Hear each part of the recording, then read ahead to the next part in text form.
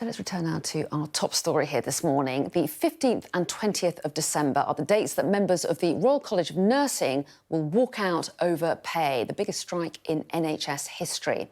So let's speak to a member of the union's executive. I'm joined now by the Royal College of Nursing's Director for England, Patricia Marquis. Very good morning to you, Patricia Marquis. Thanks so much for talking to us.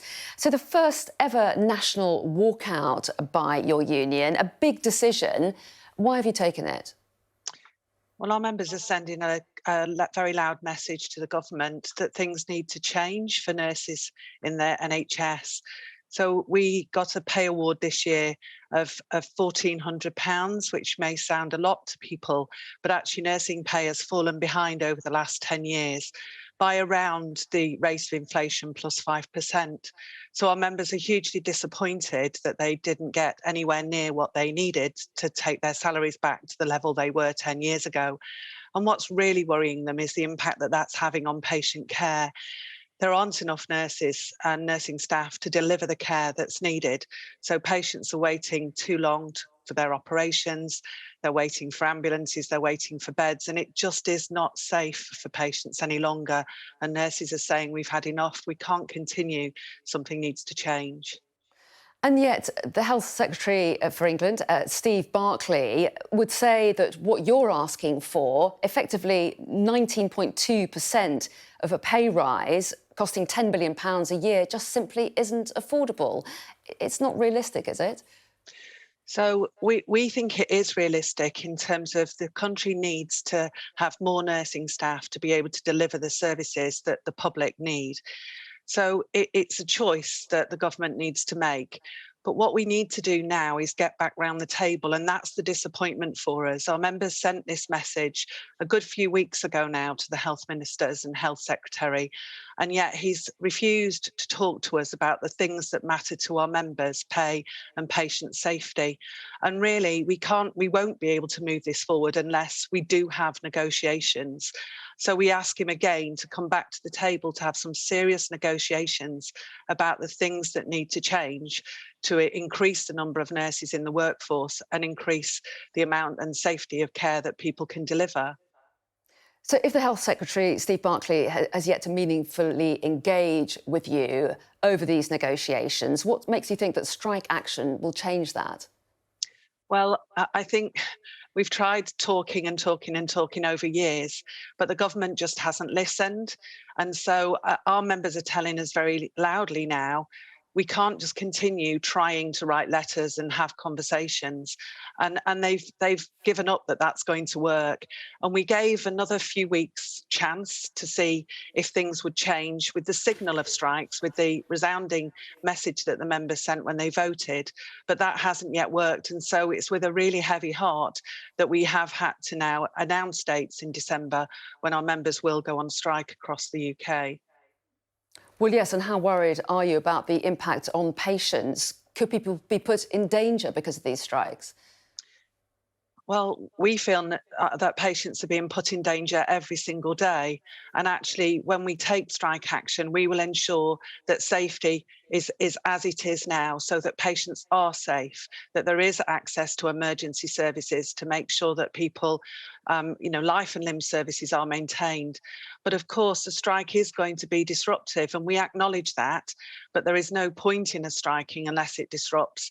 But that disruption has got to send a strong message to the government that they need to talk and that we mean business and that members mean business, but we will do it safely. Well, yes, and talking of that disruption, this comes as there are 7 million people in England waiting for treatment. That's a record high. This is only going to make matters worse, isn't it?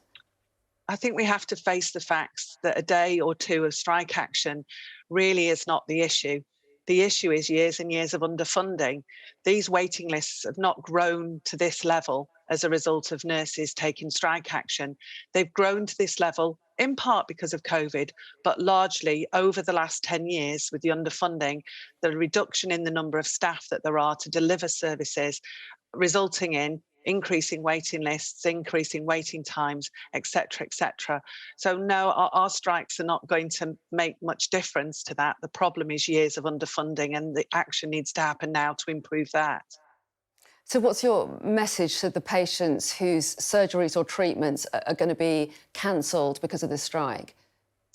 We're doing this for you. This is about nurses standing up for themselves, but also critically for patients.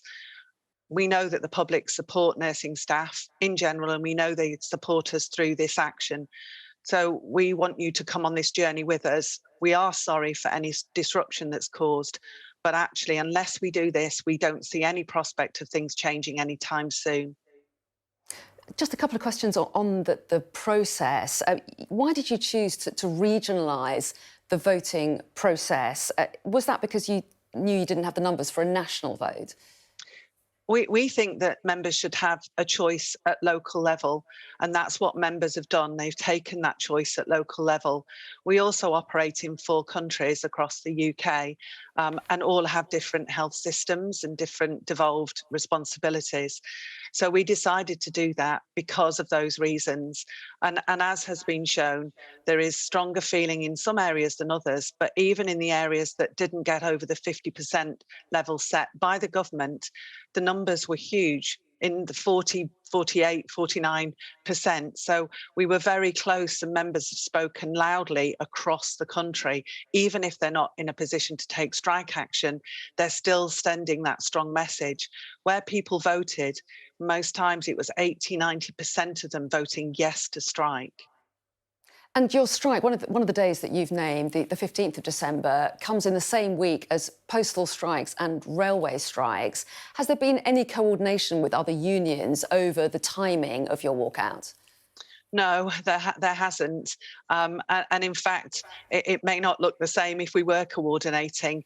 The reality is that workers across the country are sending a message to the government to say that things, the salary rises that are being paid and the threats to jobs in other sectors, not for us, but in other sectors, are really having an impact. So no, there's not been any coordination. We are working as the Royal College of Nursing on our own at the moment, and obviously other NHS unions, health unions are also currently balloting their members. So they may also after Christmas be considering strike action themselves. Well, Patricia Marquis, Director for England of the RCN, thanks very much indeed for talking to us here this morning. We appreciate it. Thank you.